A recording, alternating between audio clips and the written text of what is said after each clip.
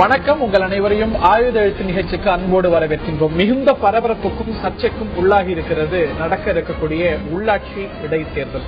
கோவை, நெல்லை, தூத்துக்குடி ஆகிய மாநகராட்சிகளுடைய மேயர் பொறுப்புகளுக்கும் இதர உள்ளாட்சி பதவிகளுக்கும் உள்ளாட்சி இடைத்தேர்தல் 18ஆம் தேதி நடக்கிறது.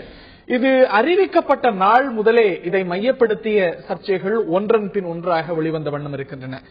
உள்ளாட்சி தேர்தல் அறிவிக்கப்பட்ட போது திமுக உள்ளிட்ட கட்சிகள் இந்த அறிவிப்பிலேயே எதிர்க்கட்சிகளுக்கு வாய்ப்பு கொடுக்கல, அறிவிக்கப்பட்ட முறையில குற்றம் கண்டன, ஆகையினால புறக்கணிக்கின்றோம் என்று திமுக முதலில் முடிவெடுத்தது.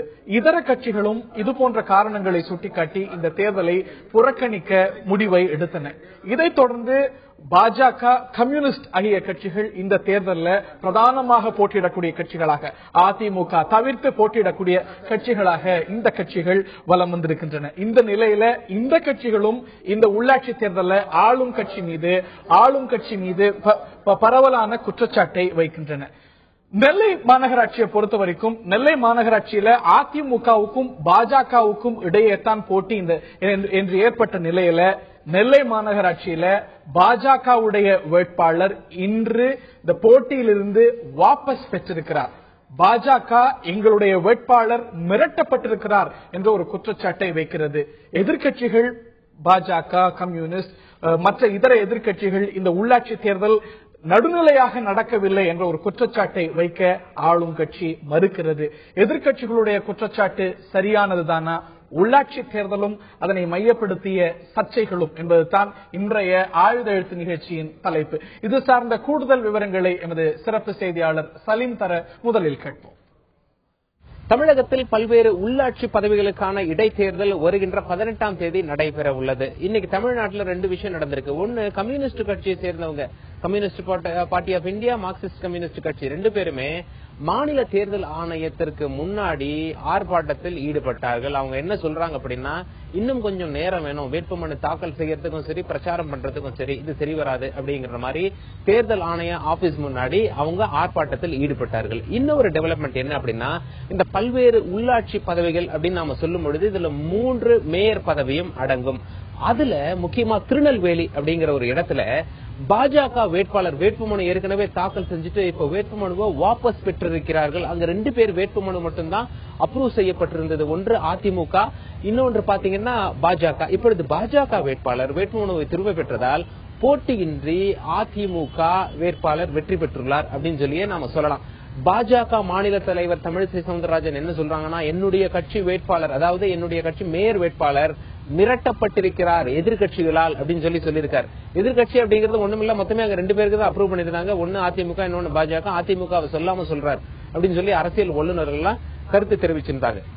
இன்னொரு புறம் திமுக என்ன சொல்லிட்டாங்க, நாங்க இந்த தேர்தலையே நாங்க போட்டியிடல, மாநில தேர்தல் ஆணையம் பாரபட்சமாக செயல்படுவதாக அவங்க என்ன பண்ணிருக்காங்க சொல்லிட்டு தேர்தலில் நாங்க போட்டியிடல, விலகிக்கிறோம் அப்படின்னு சொல்லியிருக்காங்க. இந்த மாதிரியான ஒரு குழப்ப நிலை எழுந்துள்ளதால் இந்த விவாதம் எழுந்துள்ளது. எதிர்க்கட்சிகள் இந்த குற்றச்சாட்டை, நடுநிலையாக இந்த தேர்தல் நடக்கவில்லை, எங்களுடைய வேட்பாளர்கள் கடத்தப்படுகிறார்கள், மிரட்டப்படுகிறார்கள் அப்படிங்கிற ஒரு குற்றச்சாட்டு வைக்க வேறு சில காரணங்களை காட்டி மற்ற எதிர்க்கட்சிகள் இந்த தேர்தலை புறக்கணிக்க, எதிர்க்கட்சிகளுடைய குற்றச்சாட்டு நியாயமானதானா அல்ல வெறும் குற்றச்சாட்டுகளா என்பதை இன்றைய ஆயுத எழுத்து நிகழ்ச்சியில விரிவாக விவாதிக்க இருக்கின்றோம். இந்த நிகழ்ச்சியில நம்முடைய பங்கேற்கிறார்கள் அஇஅதிமுகவின் சார்பாக அதனது தலைமை கழக பேச்சாளர் திரு ஆவடிக்குமார், அவரை நிகழ்ச்சிக்கு வரவேற்கின்றோம். பத்திரிகையாளர் திரு கார்த்திகே செல்வன் அவர்கள் நிகழ்ச்சியில் நம்முடைய இணைகிறார், அவரை நிகழ்ச்சிக்கு வரவேற்கின்றோம். பாரதிய ஜனதாவின் சார்பில் அதனது மாநில பொருளாளர் திரு SR சேகர் அவர்கள் இந்த நிகழ்ச்சியில் இணைகிறார், அவரை நிகழ்ச்சிக்கு வரவேற்கின்றோம். இன்னும் சற்று நேரத்தில் இந்த தேர்தல் களத்தில் இருக்கக்கூடிய மற்றொரு கட்சியான மார்க்சிஸ்ட் கம்யூனிஸ்ட் கட்சியை சேர்ந்த அதனது சட்டமன்ற உறுப்பினர் பாலபாரதி அவர்களும் இன்னும் சற்று நேரத்தில் நம்மிடையே இணையிருக்கிறார். என்னுடைய முதல் கேள்வி திரு ஆவடிக்குமார் அவர்களுக்கு, ஒரு எதிர்கட்சி அல்ல பல எதிர்கட்சிகள் இந்த தேர்தலில் ஆளும் கட்சி மீது, இந்த தேர்தலுடைய நடுநிலை மீது குற்றச்சாட்டு வைக்கிறார்கள். திமுக அறிவிக்கப்பட்ட விதமே கேள்விக்குரியது அப்படின்னு புறக்கணிச்சது, மற்ற கட்சிகள் புறக்கணிச்சாங்க. பாஜகவும் கம்யூனிஸ்டும் களத்தில் இருக்கிறது. அந்த கட்சிகளும் கூட பிரதானமாக பல குற்றச்சாட்டுகளை ஆளுங்கட்சி மீதும் தேர்தல் ஆணையத்தின் மீதும் வைக்கிறது.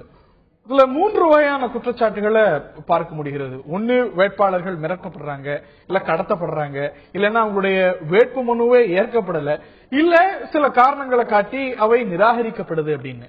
ஆக சந்தேகத்துக்கு உள்ளாகி இருக்கிறது இந்த ஒரு தேர்தல் அப்படின்னா மறுப்பீங்களா? நீங்க சொன்ன குற்றச்சாட்டுகள் அத்தனையும் எல்லா தேர்தல்களிலும் எதிர்கட்சிகளால் வைக்கப்படுகின்ற குற்றச்சாட்டு. நீங்க எதிர்கட்சியா இருந்த போது வச்ச குற்றச்சாட்டு நிச்சயமா அது இருந்திருக்கலாம். அதாவது தேர்தல் வந்தாவே தேர்தலில் சந்திக்க சொல்ல இந்த வகையான குற்றச்சாட்டுகளையும் கட்சிகள் சொல்றது வாடிக்கையான ஒண்ணுதான். இன்னைக்கு இது ஒன்னும் ஆச்சரியம் இல்ல. 2006 2009 இடைத்தேர்தலை புறக்கணிச்ச போது தேர்தலுடைய நடுநிலையை நீங்க கேட்டீங்களா? ஒரு வாடிக்கையா ஒரு இயல்பா அதுல அதாவது இடைத்தேர்தலை புறக்கணிச்ச போது கடந்த திமுக ஆட்சியில் இருந்த நேரத்தில் நாங்க உள்ளாட்சி தேர்தலை புறக்கணிச்சிருக்கீங்க. நான் சொல்றேங்க, அதுக்குள்ள உள்ளாட்சி தேர்தலை புறக்கணிக்கல. உள்ளாட்சி தேர்தலை நேரடியா எல்லா இடங்களையும் போட்டிட்டு சந்திச்சோம். அதற்கு பிறகு அந்த நீதிமன்றத்துக்கு போய் நீதிமன்றம் அந்த உள்ளாட்சி தேர்தல்கள் சரியா நடக்கல. காலையிலேயே 9 மணிக்கெல்லாம் எல்லா ஓட்டும் போட்டாங்க. அந்த வகையான குற்றச்சாட்டு தேர்தலே நடத்தாதையே அவங்களே அனௌன்ஸ் பண்ணிட்டாங்கன்னு சொல்லிட்டு அது நீதிமன்றத்துக்கு போய் நீதிமன்றம் இடைத்தேர்தல் அறிவிச்சது, மறுதேர்தல் அறிவிச்சது. அந்த மறுதேர்தல் மறுபடியும் அந்த தவறுதான் நடக்கும். இரண்டாவது எங்களுக்கு பாதுகாப்பு இல்லை, இந்த தேர்தலில் கலந்துக்கிறதுல அர்த்தம் இல்லைன்றதுக்கு பிறகுதான் புறக்கணிச்சோம். அதற்கு பிறகு 2009 10 உள்ளாட்சி இடைத்தேர்தல் நடந்தது, அதையும் புறக்கணிச்சோம். அதுதான் அதுக்கு பிறகுதான் ஒரு தேர்தலை நாங்க போட்டியிட்டு அந்த ஆட்சியில் அந்த தேர்தல் சரியா நடக்கலன்னு நீதிமன்றம் உறுதிப்படுத்துறதுக்கு பிறகுதான் நாங்க மற்ற தேர்தல். இந்த தேர்தலுக்கு வருவோம். இந்த ஒரு குற்றச்சாட்டுல இதுலயுமே மெரிட்ஸ் இல்லைன்னு சொல்றீங்களா? பிஜேபி கம்யூனிஸ்ட் எல்லாம் வச்சிருக்கக்கூடிய இந்த ஒரு குற்றச்சாட்டு அத்தனையும் அபாண்டமானதுன்னு சொல்றீங்க? அதாவது அபாண்டமானதுன்னு நான் சொல்றதை விட அவங்க குற்றச்சாட்டுகள் அரசியல் ரீதியானதுன்னு தான் உண்மை. நீங்க பாத்தீங்கன்னா புதுக்கோட்டையில் என்ன நடந்தது? புதுக்கோட்டையில தேர்தல் வேட்புமனு தாக்கல் பண்றவங்க வேட்புமனு விண்ணப்பமே எத்தனை மணிக்கு போறாங்க? 1:30 மணிக்கு போய் விண்ணப்பம் வாங்க போறதா சொல்லிட்டு அவங்க விண்ணப்பத்துக்கு லைன்ல வாங்கன்னு சொன்ன ஒரே பாவத்துக்காக இவங்க போய் மறியல் பண்றாங்க. அந்த மார்க்சிஸ்ட் கம்யூனிஸ்ட் கட்சியினுடைய மாநில செயலாளர் அங்க போறாரு, அவர் ஒரு கல்யாணத்துக்கு போறாரு, அவர் போய் மறியல தலைமையேற்று நடத்துறாரே தவிர அவர் வேட்புமனு தாக்கல் பண்ணுறதுல ஆர்வம் காட்டல, போட்டியிடுறது நோக்கம் இல்ல. அவங்க இதை வச்சு அரசியல் பண்ணணும், அவங்களுக்கு போட்டியிடணுன்றதை விட இந்த தேர்தலில் பிரச்சனை ஆக்கணும், இந்த தேர்தல் முறையை குறை சொல்லணும், அனைத்து இந்திய அண்ணா திராவிட முன்னேற்ற ஆட்சியை குறை சொல்லணும்ன்றது அவங்க நோக்கமா இருந்து பிரச்சார யுக்தியா அதை பயன்படுத்தினாங்களே ஒழிய அவங்க நினைச்சிருந்தா போய் வேட்புமனு தாக்கல் பண்ண சொல்லி கூப்பிட்ட நேரத்தில் கூட போல. சேகரும் இருக்கிறார், பிஜேபியும் இதே பிஜேபி என்ன சொல்றாங்க? 2:50க்கு நாங்க இப்பதான் சென்னையில இருந்து அந்த ஆத்தரைசேஷன் ஃபார்மை கொண்டு வரோம், அது வரைக்கும் வெயிட் பண்ணுங்க. அவங்க பாமே இல்லாம அதாவது தேர்தலில் போட்டியிடுறதுன்னு முன்னா அதுக்கு முன்னால போய் வேட்புமனுவை வாங்கி அதை அதுக்கு தயாரிப்பு பணிகளை செய்யணும். அதை கூட செய்யாம 2:30 மணிக்கு இருந்து 2:30 மணிக்கு சென்னையில இருந்து ஆத்தரைசேஷன் ஃபார்மை கொண்டு வரணும்னு சொல்லி தகவல் சொல்லிட்டு அவங்க காத்துட்டு இருக்காங்க. அதனால அவங்களுடைய குறைபாடுகள் இயலாமை தான் காரணமே தவிர அரசியல் ரீதியான குற்றச்சாட்டுகள் இவை என்பது திரு குமாருடைய பார்வை. உங்களுடைய இயலாமை என்ன முடிச்சிடறேன். அதாவது இந்த நோக்கத்தோடு புறக்கணிச்சுதான் நான் எப்படி பிஜேபி ஒரு இணையான போட்டியை உருவாக்குற இடம் கோயம்புத்தூர் தான்.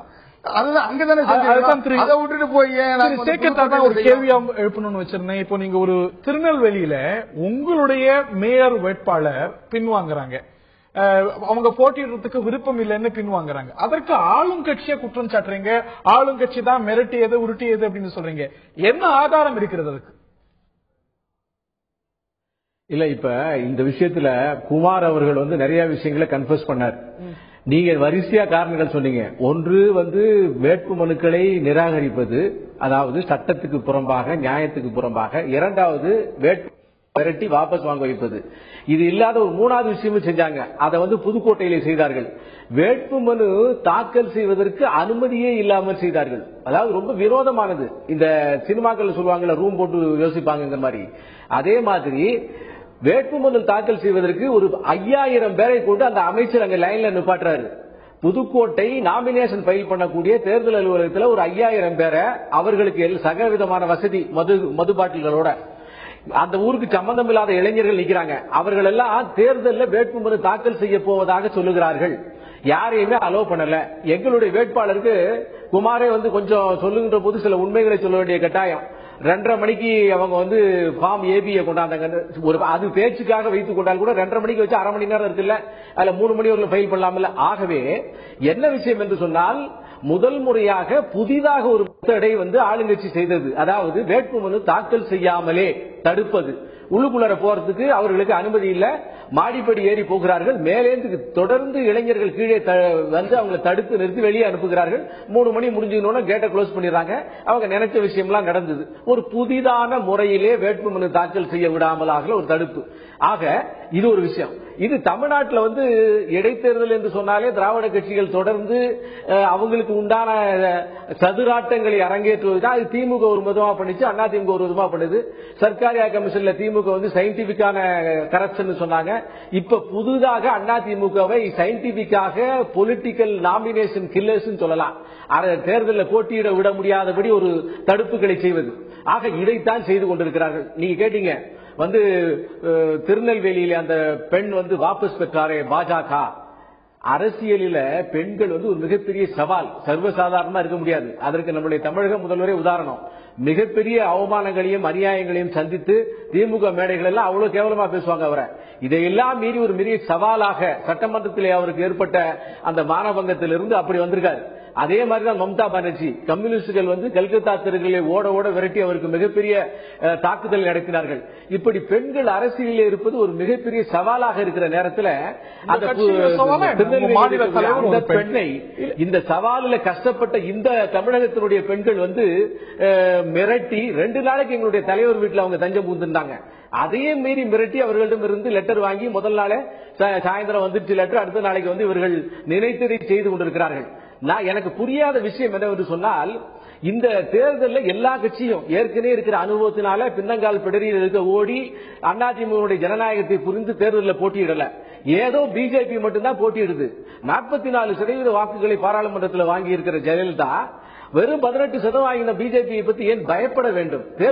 ஒரு குற்றச்சாட்டு வைக்கிறீங்க, திருநெல்வேலியில மேயர் வந்து கடத்தப்பட்டார் இல்ல மிரட்டப்பட்டார், என்ன ஆதாரம் இருக்கிறது? உங்களுடைய வேட்பாளர் ஃபைல் பண்ணுகிற போது இதனுடைய 2006 வரை கேள்வி எடுத்துக்கோங்க. டவுன்லோட் பண்ணி அதிலிருந்து வர வேண்டும் என்று சொல்லி புதிதாக ஒரு முனிசிபாலிட்டி பஞ்சாயத்து அப்படிங்கிற 2 தனித்தனியான அபிடவிட் அதிமுகவுக்கு வந்து முனிசிபாலிட்டி அபிடவிட் கிடைச்சிருக்கு, பிஜேபி பஞ்சாயத்து அபிடவிட் வேண்டும் என்றே கொடுத்திருக்கிறார்கள். ஆக என்னென்னலாம் செய்தால் இந்த நாமினேஷன் ஆனது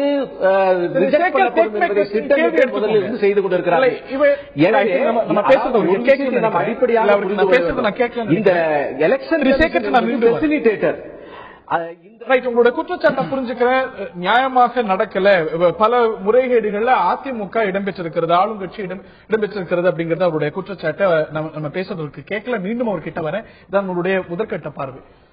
திரு குமார் அவர்களும் குறிப்பிட்டார், திரு கார்த்திகை செல்வன், இந்த ஒரு தேர்தல் அப்படின்னு பார்க்கும்போது எல்லா கட்சியும் எல்லா கட்டங்களிலும் இந்த இடைத்தேர்தல்கள்ல இல்ல தேர்தல்கள்ல குற்றச்சாட்டுகளை வைத்திருக்கிறது. அரசியல் ரீதியா நடுநிலையா நடக்கலங்க ஒரு குற்றச்சாட்டு வைத்திருக்கிறது. மத்திய தேர்தல் ஆணையம் நடத்தக்கூடிய ஒரு தேர்தல் எடுத்துக்கொண்டாலும், மாநில தேர்தல் ஆணையம் நடத்தக்கூடிய தேர்தல் எடுத்துக்கொண்டாலும், ரெண்டையும் கம்பேர் பண்ணும்போது ஒரு சென்ட்ரல் எலெக்ஷன் கமிஷன் நடத்தக்கூடிய தேர்தல் பெற்றிருக்கக்கூடிய கிரெடிபிலிட்டியை மாநில தேர்தல் ஆணையம் நடத்தக்கூடிய இந்த உள்ளாட்சி தேர்தல்கள் இப்ப இல்ல தொடர்ந்து பெறல அப்படிங்கறத நம்ம ஏத்துக்கிட்டு தான் ஆகணும். ஆளுங்கட்சி எதிர்கட்சியா இருந்த அதிமுக எதிர்கட்சியா இருந்தபோது நியாயமா நடக்கலன்னு பல இடைத்தேர்தல்கள் உள்ளாட்சி இடைத்தேர்தல்கள்ல புறக்கணிச்சிருக்கிறது, உள்ளாட்சி தேர்தலுடைய நடத்தைகளை கேள்வி கேட்டிருக்கிறது. இன்னைக்கு மற்ற கட்சிகள் கேட்கிறாங்க, மாநில தேர்தல் ஆணையம் நடத்தக்கூடிய தேர்தல் தொடர்ந்து கேள்விக்குறியாகவும் சந்தேகத்துக்குரியாகவும் இருக்கிறது அப்படின்னா மறுப்பீங்களா? இது தொடர்ச்சியா நம்ம பார்க்கலாம். 96 ஒரு நீண்ட இடைவேளுக்கு பிறகு 96 உள்ளாட்சி மன்ற தேர்தல் நடந்த போதுதான் ஓரளவுக்கு இந்த பிரச்சனைகள் இல்லாத இருந்தது. அதற்கு பிறகு நடக்கிற எல்லா தேர்தல்களையும், அது 2001 சென்னை மேயர் தேர்தலையும் நம்ம பார்த்தோம். ஸ்டாலின் மேயர் போஸ்டுக்கு நின்ன போது 5000 வாக்குகள்ல கடைசி வரைக்கும் நிறைய பிரச்சனைகளுக்கு பிறகு அது தேர்வானது. 2006 உயர்நீதிமன்றம் தலையிட்டு அதுக்கப்புறம் திமுகவே 99 வார்டுல ரிசைன் பண்ணி திருப்பி தேர்தலை சந்தித்தது. மற்ற ஊர்களையும் இது நடந்தது. இப்பவும் தொடர்ச்சியா இப்ப இந்த குற்றச்சாட்டுகள் தேர்தல் தேதி அறிவிக்கப்பட்டதிலிருந்து நிறைய வித்தியாசமான விஷயங்கள் தான் நடந்துட்டு இருக்குது. தமிழக தேர்தல் ஆணையத்தினுடைய நம்பகத்தன்மைங்கிறது ரிலேட்டிவ்லி கம்மியா தான் இருக்கு. இது எல்லாரோட புரிதலாகவும் அப்படிதான் இருக்கு. மத்திய தேர்தல் ஆணையத்தினுடைய தேர்தல் நடைமுறைகளுக்கும் தமிழக தேர்தல் ஆணையம், அது மாநில அளவிலான இருக்கிற இந்த தேர்தல் ஆணையத்துக்குமான இது பார்த்தோம்னா ஆளுங்கட்சிங்கிறத பொறுத்து இருக்கு. இன்னொன்னு இதுல நான் எப்படி பாக்குறேன்னா, இது அரசியல் இதெல்லாம் கடந்து கூட ஈவன் நீங்க வந்து பார்லிமெண்டரி எலெக்ஷன்ஸ்லயே தமிழகத்துல தான் வந்து ஒரு வேட்பாளருக்கான செலவு அதிகமா இருந்தது. அபிஷியலா வந்ததுலயே பாத்தீங்கன்னா கூட மிகப்பெரிய அளவுக்கு செலவு பண்றது நீங்க மற்ற மாநிலங்களை விட தமிழகத்துல வந்து அதிகமான செலவழிக்கிறாங்க. அப்ப அதிகமா செலவழிக்கிறதுங்கிறது வந்து எப்படி செலவழிக்க முடியும்? அதிகமா வருவாய் அதிகமா இருக்குதா அப்படிங்கிற ஒரு கேள்வி எழுப்பக்கூடிய ஒரு விஷயமா இருக்கு. பாராளுமன்ற தேர்தல் சட்டமன்ற தேர்தலை விட உள்ளாட்சி மன்ற தேர்தலுக்கு இவ்வளவு பெரிய அளவுக்கு தொகை செலவு பண்றதும் இவ்வளவு பெரிய அளவுக்கு போட்டி இவ்வளவு பெரிய இதெல்லாம் இருக்கும்போது அப்ப அங்க வந்து இந்த டெமோக்ரஸிங்கிறது பஞ்சாயத்து ராஜை பொறுத்த வரைக்கும் கீழ்மட்டத்தில் இருக்கிற எல்லாருக்கும் அதிகாரம் பரவலாக்கப்படுறதுக்கா அல்லது ஊழல் பரவலாக்கப்படுகிறதா அப்படிங்கிற ஒரு கேள்வி எனக்கு எழுப்புறது. இது பொதுவா பொதுமக்கள் பார்வையிலிருந்து பார்க்கப்படுறது. இந்த தொடர்ச்சியான விமர்சனங்கள் இது இந்த கட்சி அந்த கட்சின்னு இல்ல, எல்லா கட்சிகளிலுமே அங்கங்க கீழ் அளவுல பாத்தீங்கன்னா பஞ்சாயத்து அளவுலயே இதற்காக பெரிய அளவுக்கு செலவழிக்கிறாங்க, பெரிய அளவுக்கு சண்டை போடுறாங்க. ஒரு தேர்தலை வந்து இவ்வளவு பெரிய ஈகோ நீங்க ஆளுங்கட்சியை பாத்தீங்கன்னா இன்னைக்கு முதலமைச்சரே நேரடியா வந்து பிரச்சாரத்துக்கு போறதுங்கிறதே கூட ஒரு சர்ப்ரைஸா இருந்துச்சு. தவறு கிடையாது கட்டாயமா, ஆனா அது ஒரு பெரிய விஷயமா எடுத்துட்டு இருக்காங்க. நீங்க ஒவ்வொரு 12 அமைச்சர்கள் ஒரு மாநகராட்சி தேர்தலுக்கு போய் வேலை செய்யறாங்க. நிச்சயமா செய்ய வேண்டியதுதான் அந்த கட்சியினுடைய ஒரு செல்வாக்கு. அது நிறைய அரசியல் சார்ந்த ஒரு விஷயம். இதன் மூலமா டிமாரலைஸ் பண்ண முடியும். அவங்க ஒரு ஸ்ட்ராட்டஜி இருக்கும். நாங்க வந்து தொடர்ச்சியா தமிழகத்தில் எதிர்க்கட்சியே இல்லாத ஒரு நிலையை நிரூபிக்கிறதுக்கான ஒரு ஸ்ட்ராட்டஜியா கூட அது இருக்கும். நாங்க வந்து இன்னமும் மக்களுடைய முழுமையான பாராளுமன்ற தேர்தலை ஒட்டி அடுத்ததாக உள்ளாட்சி தேர்தலையும் நாங்க நிரூபிச்சிருக்கிறோம். அப்படிங்கறதெல்லாம் கடந்து நான் கீழ்மட்டத்தில இருந்து கேள்வி இந்த எழுப்புறேன். நீங்க வந்து ஒரு பஞ்சாயத்து தேர்தலுக்கு ஒரு வார்டு தேர்தலுக்கு நீங்க இப்ப வேலூர்ல எடுத்துக்கங்க. வேலூர்ல நேரடியாக நிரூபிக்கப்பட்டிருக்கிறது. வேலூர்ல மார்க்சிஸ்ட் கம்யூனிஸ்ட் கொடுத்த அந்த புகாருங்கிறது ஆதாரத்தோட கொடுக்கறாங்க. முதல் நாள் 5 நபர்கள் இருக்கிறாங்க களத்துல, அடுத்த நாள் ஒரே ஒருத்தர் இருக்கிறாரு. ரெண்டுத்துக்குமான போட்டோ ஆதாரம் கொடுக்கறாங்க. அப்ப வந்து அதுல ஒரு பிடிஓ இன்னைக்கு நீக்கப்படுறாரு. தேர்தல் ஆணையம் நடவடிக்கை எடுத்து அந்த உதவி தேர்தல் ஆணையர் வந்து தவறு செய்திருக்கிறார், நாங்க அவரை நீக்கிறோன்றாங்க. அவர் என்ன சொல்றாருன்னா ஆளுங்கட்சியில இருந்து எனக்கு பிரஷர், அங்க இருக்க யூனியன் சேர்மன் என்ன மிரட்டினதாக மார்க்சிஸ்ட் கம்யூனிஸ்டுடைய மாநில செயலாளர் ஒரு குற்றச்சாட்டை வைக்கிறார். இல்ல இந்த சர்ச்சைகள் கேள்விகளையும் சந்தேகங்களையும் எழுப்பியிருக்கிறது அப்படிங்கிறது உங்களுடைய பார்வையாக இருக்கிறது. உள்ளாட்சி தேர்தல் அப்படின்னு பார்த்தா தமிழகத்துல அனைத்து உள்ளாட்சி தேர்தலையும் ஏதோ ஒரு சர்ச்சை, பல சர்ச்சைகள் இருக்கவே செய்திருக்கிறது அப்படின்னா அது மிக இல்ல.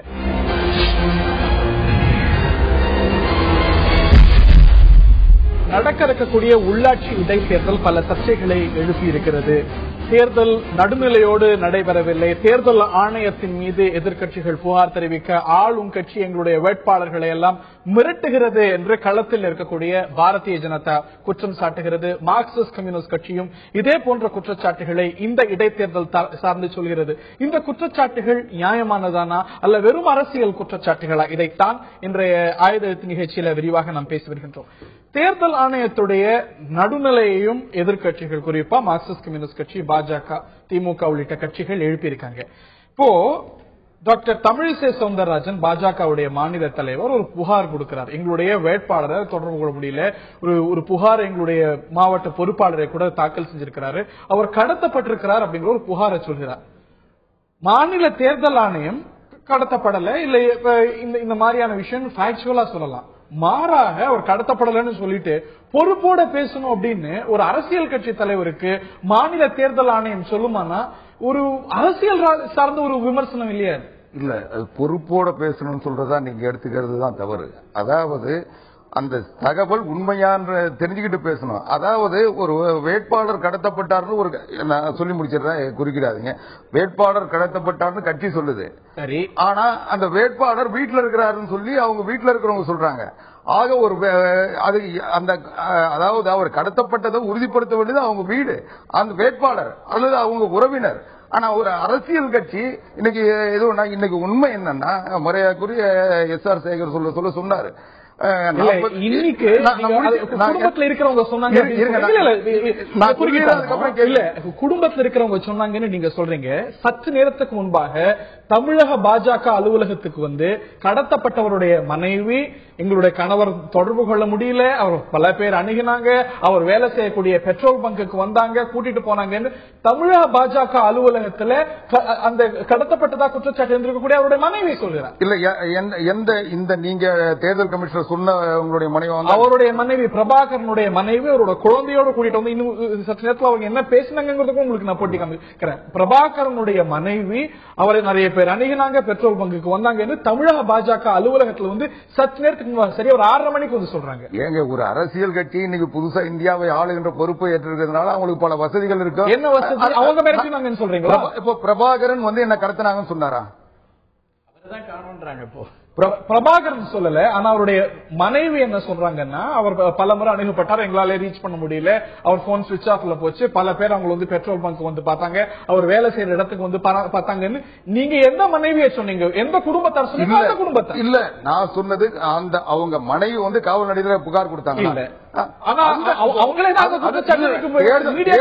தேர்தல் ஆணையர் சொன்னது அவங்க வந்து யாரு அதுக்கு உரியவங்களோ அவங்க வந்து புகார் ஒண்ணு பிரபாகரன் கடத்தப்பட்டார்ன்றதுக்கு அவங்க வீட்டுல இருந்து கம்ப்ளைண்ட் வரல.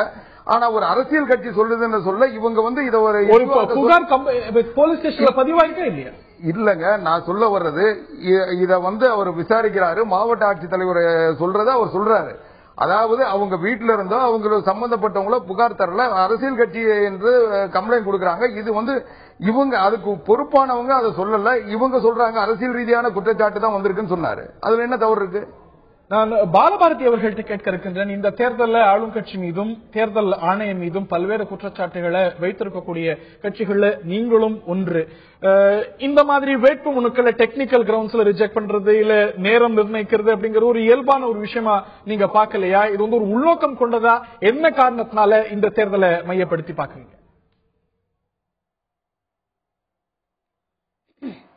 உள்ளாட்சி அமைப்புகளுக்கான இடைத்தேர்தல் நடத்தப்பட வேண்டும் என்று தமிழ்நாடு சட்டமன்றத்தில் இந்த முறை நடந்த கூட்டத்தொடரில் மார்க்சிஸ்ட் கம்யூனிஸ்ட் கட்சி தான் எழுப்பணும். ஏன்னா கடந்த காலத்துல நெல்லை, தூத்துக்குடி போன்ற ஒரு முக்கியமான மாநகராட்சிகளில் பெண் மேயர்கள் இல்லாத ஒரு சூழ்நிலையில் அது வந்து மக்கள் பிரதிநிதித்துவம் வேண்டும் என்பதற்காக நாங்க தான் எழுப்பணும். ஆகவே அதை முன்னிட்டு இப்போ ஒரு தேர்தல் வந்திருக்கு. ஆனா இதுல ஆளும் கட்சி ஜனநாயகம் என்பது கடந்த காலத்துல எப்படி உள்ளாட்சி தேர்தல்ல அது காலில் போட்டு மிதிக்கப்பட்டதோ அதைவிட மோசமான ஜனநாயக விரோத போக்கு என்பது இந்த இடைத்தேர்தலையும் நடந்துகிட்டு இருக்கு. இதை மார்க்சிய கம்யூனிஸ்ட் கட்சி, இடதுசாரி கட்சிகள் நாங்கள் கடுமையா எதிர்த்திருக்கிறோம், கடுமையாக கண்டித்திருக்கிறோம். பல இடங்கள்ல நடந்திருக்கக்கூடிய சம்பவங்கள் மிக மிக கவலை தருவதாக இருக்கிறது. குறிப்பாக நம்முடைய புதுக்கோட்டை மாவட்டத்தில் வேட்பாளருக்கு வேட்புமனுவே கொடுக்க மாட்டேங்கிறாங்க. அப்போ ஒரு 2 மணி வரைக்கும் போராடி மனுவை வாங்கி அதை பூர்த்தி செய்து கொண்டு போய் கொடுத்தா நாங்க வாங்க மாட்டோம் அப்படின்னு புதுக்கோட்டை மாவட்டத்தில் சொல்லப்படுது. அப்போ ஜனநாயகம் தேர்தல் என்பது எதிரில் ஒரு வேட்பு மனு அதுல வரிசை எண் மாறி இருக்குங்கிறதுக்காக எங்கேயாவது அந்த மனுவை புறந்தரலாமா? தேர்தல் ஆணையம் என்ன அவ்வளவு அதிகாரம் படைத்ததா? ஒரு எதிர்கட்சியே இல்லாமல் போட்டியிடுவதற்கு வந்து வேட்பாளர் பேர் மாறி இருக்கு, அவர் அந்த வார்டுல இல்லைன்னு ஒரு தேர்தல் ஆணையத்தை பொறுத்த வரைக்கும் ஒவ்வொரு விதியும் ரொம்ப முக்கியம். அந்த விதிகளுக்கு ஸ்டிக் ஆன் பண்ணணும் அப்படிங்கிறது எல்லா தேர்தல் ஆணையமும் எல்லா காலத்திலும் கடைபிடிக்கக்கூடிய ஒரு மரபு தானே, கடைபிடிக்கக்கூடிய ஒரு விதி தானே. இல்ல, தேர்தல் ஆணையம் வந்து ஒவ்வொரு முறையும் ஒவ்வொரு விதமா கடைபிடிக்கிறது. ஒவ்வொரு முறையும் ஆளுங்கட்சிக்கு ஆளும் அரசுக்கு சாதகமாக கடைபிடிக்கிறது. இப்ப அதிமுக அரசாங்கத்துக்கு சாதகமா கடைபிடிக்கிறாங்க. கடந்த காலத்துல திமுக அரசாட்சியில அவங்களுக்கு சாதகமா கடைபிடித்தாங்க. அப்பயும் நாங்க இடைத்தேர்தல்ல இடதுசாரி கட்சிகள் நின்னோம், இப்பயும் நாங்க இடதுசாரி கட்சிகள் தான் நிக்கிறோம். போன முறை அதிமுக எதிர்கட்சியா இருந்தப்ப தேர்தலை புறக்கணிச்சாங்க, இப்போ திமுக எதிர்கட்சியா இருக்கிறப்ப அவங்களும் புறக்கணிச்சுட்டாங்க. அப்ப திராவிட கட்சிகள் ஆளும் இடத்திற்கு போகிற பொழுது ஜனநாயகத்தை மதிக்கிறதே கிடையாது. அப்ப அதனுடைய போக்கினுடைய தொடர்ச்சி தான் இன்றைக்கு மாநகராட்சி உள்ளாட்சி தேர்தல்கள்ல எதிர்கட்சிகளினுடைய வேட்பு மனுக்கள் வந்து காரணமே இல்லாமல் எந்த ஜனநாயகமும் இல்லாமல் அது தள்ளப்படுகிறது. அதுக்கு என்ன சொல்றாங்கன்னா வரிசை எண் மாறி இருக்கான். வரிசை எண் மாறி இருந்தா தேர்தல் அதிகாரியா ஐயா உன் நம்பர் மாறி இருக்கு நான் திருத்தி கொடுக்கறேன்னு சொல்றதுல என்னென்ன தப்பு? என்ன வேட்பாளரா மாறி இருக்காங்க, ஜனநாயகத்துல ஒரு திருத்தம் கொடுக்க கூடாதா? அப்படி கொடுத்தா தேர்தல் ஜனநாயகம் உடைஞ்சு போயிருமா? ஆகவே சின்ன சின்ன தவறுகளை கூட பிழைகளை கூட சரி செய்து தேர்தலை நடத்துவதுதான் தேர்தல் ஆணையத்தினுடைய விதிமுறையா இருக்க முடியும். அது அப்படி ஜனநாயகத்தை கடைபிடிக்கவில்லை. இப்போது தேர்தல் ஆணையம் கடைபிடிக்க முடியவில்லை, கடைபிடிக்கவில்லை. சொல்றாங்க பொறுப்போடு நடந்துக்குங்கிறாங்க. அதாவது மரியாதைக்குரிய சகோதரி பாலபாரதி அவர்கள் சொல்றாங்க வரிசையின் மாறி இருக்குன்னு. வரிசையின் மாறி இல்ல. இன்றைக்கு வாக்காளர் பட்டியல் என்பது சட்டமன்ற தேர்தல், நாடாளுமன்ற தேர்தலுக்கு வாக்காளர் பட்டியல் தனி, அதுக்கு வரிசையின் தனி.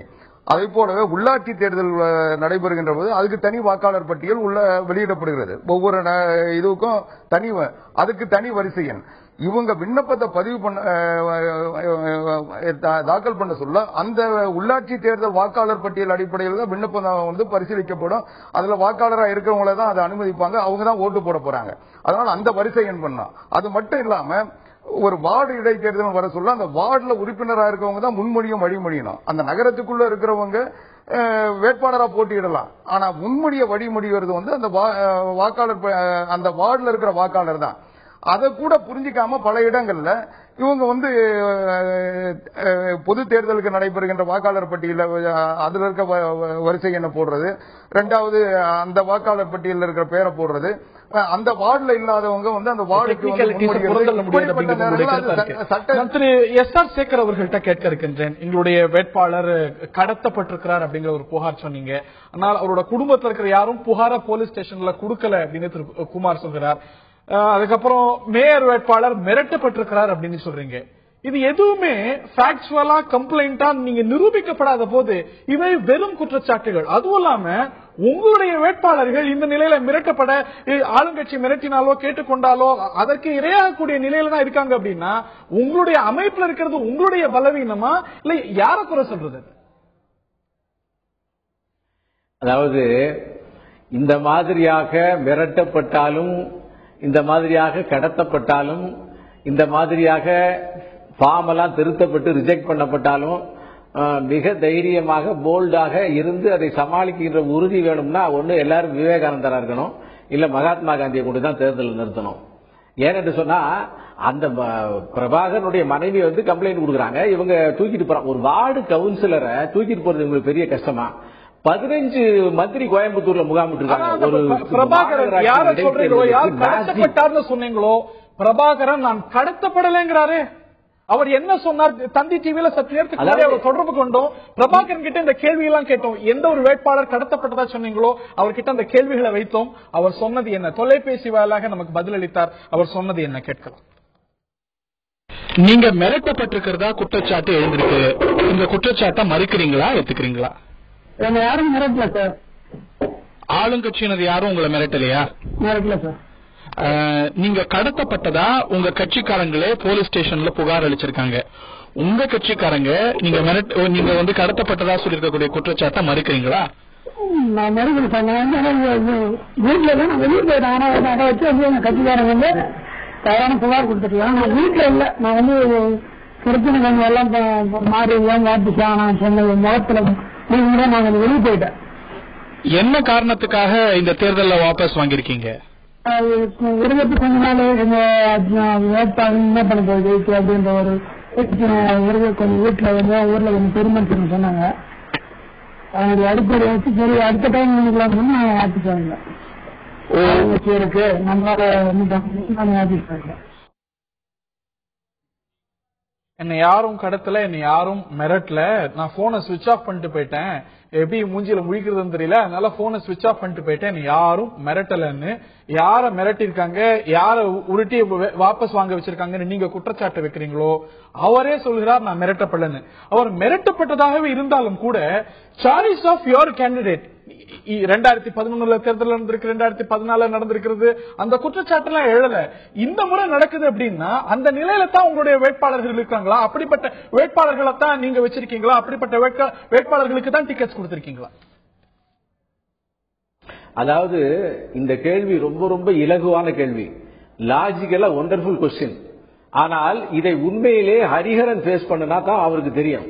ஒரு அரசாங்கம் எவ்வளவு மேசிவானது, அதனுடைய போலீஸ் எவ்வளவு வலிமையானவர்கள், அதனுடைய மந்திரிகள் எந்த வலிமையில் இருக்கிறார்கள் என்பதை உணர்ந்து கொண்டால், அனுபவித்தால் மட்டுமே தெரியும். தமிழ்நாட்டில் 2 கட்சிகளும் இந்த விஷயம் ஏதோ சொல்ல வந்தீங்களா ஹரிஹரன்? நீங்க மத்தியில நீங்களும் ஆளுங்கட்சி தான் அப்படின்னு உங்களுக்கு நினைவுபடுத்தினேன். இல்ல, மத்தியில ஆளுகின்ற நாங்கள் எங்களுடைய கட்சியாக இருந்தாலும் கூட நாங்கள் வந்து அந்த வகையிலே எங்களுடைய அதிகார துஷ்பிரயோகங்களை செய்யவில்லை என்பது மட்டுமல்லாமல், சிதம்பரம் அண்ணாமலை பல்கலைக்கழகத்தில் உதயகுமார்னு ஒருத்தர் தண்ணியில முடி செத்து போனார் மாணவர். அவங்க அப்பா வந்து என் பையன் இல்லவே இல்லை, இது எனக்கு பையன் அந்த மாதிரியே கிடையாதுன்னார். இது திராவிட கட்சிகள் இந்திய தமிழ்நாட்டில் வந்து இதே மாதிரி உண்மைகளை மறைத்து சொல்வது என்பது அவர்களுக்கு சர்வசாதாரணமான விஷயம். அந்த வகையிலே ஒரு சாதாரணமான மிக எளிமையான ஒரு வார்டுனுடைய கவுன்சிலரை வந்து 5 மந்திரி சுத்திக்கிட்டு பேசுறது என்பது, அவரை வந்து டெலிபோன்ல நீங்க உங்களுடைய டிவி சேனல்ல கூட்டு கூட கேட்கலாம், என்ன மிரட்டலன்னு சொல்ல வைக்கலாம். ஏன்னா அவர் தான் ஊர்ல போய் இருக்க போறாரு, மிரட்டினு சொல்லியாச்சுன்னா அவருக்கு என்ன ஆகுங்கிறது அவருக்கு தெரியும். எனவே இந்த ஒரு வாதமானது அதிமுகவை தூய்மைப்படுத்தி விடாது. ஏனென்றால் ஒரே ஒரு விஷயத்தை மட்டும் சொல்ல விரும்புறேன். நான் வந்து குமாருக்கு ஒரு கேள்வி கேட்க விரும்புகிறேன். புதுக்கோட்டையில காலையில 10:30 மணிக்கு 1000 பேர் நாமினேஷன் வாங்கறதுக்கு நின்னாங்களே, இல்லேன்னு சொல்லுங்க. 1000 பேருடைய வரிசையே 3 மணி வரைக்கும் நகராமல் இருந்தது, இல்லேன்னு சொல்லுங்க. அவர்கள் எல்லாம் வெளியே ஃபார்மோட தான் வந்தாங்களா, உண்டா இல்லையான்னு சொல்லுங்க. அவர்கள் எத்தனை பேர் நாமினேஷன் பண்ணாங்க அதை சொல்லுங்க. அப்புறம் வந்து உங்களுக்கு நீங்க எவ்வளவு தூரத்துக்கு ரொம்ப கரெக்டானவங்க நம்ம சொல்ல முடியும். இந்த கேள்விக்கு குமார் பதில் சொல்லணும். என்ன என்னுடைய கேள்வி, இந்த முறை எங்களுடைய வேட்புமனு நிராகரிக்கப்பட்டிருக்கு, இல்ல டெக்னிக்கல் கிரவுண்ட்ஸ்ல நிராகரிச்சிருக்காங்க, தாக்கல் செய்யவே இல்லைன்னு சொல்லிருக்கீங்க. பிஜேபிக்கு வேட்புமனுல பிரச்சனை வருது, இதுதான் முதல் எலெக்ஷன். சமீபத்தில் 2014 எலெக்ஷன்ல உங்களுடைய நீலகிரி வேட்பாளர் நேரத்துக்கு தாக்கலே செய்யல. 2011 எலெக்ஷன்ல சென்னை மேயர் எலெக்ஷன்லயும் இதே போல டெக்னிக்கல் கிரவுண்ட்ஸ்ல வந்தது.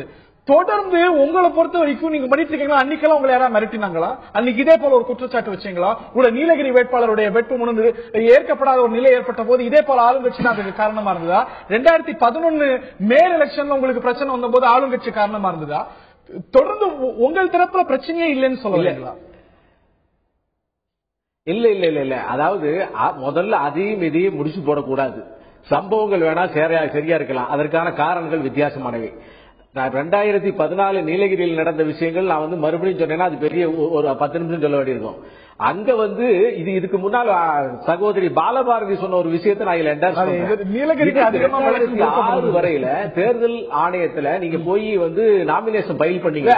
நீலகிரி சம்பவத்துக்கு 2014 நீலகிரி சம்பவத்துக்கு தமிழகத்தில் ஆளுங்கட்சியோ அன்றைய காங்கிரஸ் கட்சியோ தேர்தல் ஆணையமோ காரணமா? 2011 உங்களுடைய மேயர் வேட்பாளருடைய வேட்புமனு ஏற்கப்படாததுக்கு அன்றைய ஆளும் கட்சியோ இல்லாட்டி காங்கிரஸ் கட்சியோ யார் காரணம்? இல்ல இதுக்கு ஒரே ஒரு பதில் சொல்றேன். அந்த பதில் அந்த விஷயம் தான் எல்லாத்துக்கும் பதிலாக முடியும்.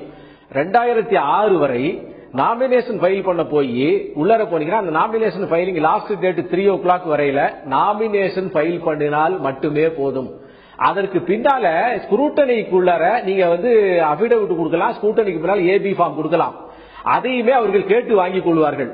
அது மட்டும் இல்லாம அந்த நாமினேஷன் ஃபைல்ல இருக்கக்கூடிய எல்லா விஷயங்களும் இந்த தேர்தல் அதிகாரியை பார்த்து எங்கெங்க தப்பு இருக்கோ அதெல்லாம் சரி பண்ணி இதெல்லாம் கரெக்ட் பண்ணுங்கன்னு சொல்லுவாங்க. ஆக தேர்தல் ஆணையம் ஒரு ஃபெசிலிட்டேட்டராக அதுவரை இருந்தது.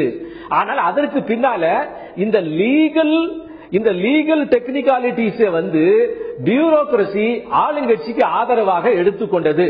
சில சின்ன விஷயங்கள், அதாவது அபிடவிட்ல வந்து இது முனிசிபாலிட்டிக்கு தனியாக இருக்கிறது, பஞ்சாயத்துக்கு தனியா இருக்கிறது, ஒரே ஒரு வார்த்தை மட்டும்தான் இருக்கு.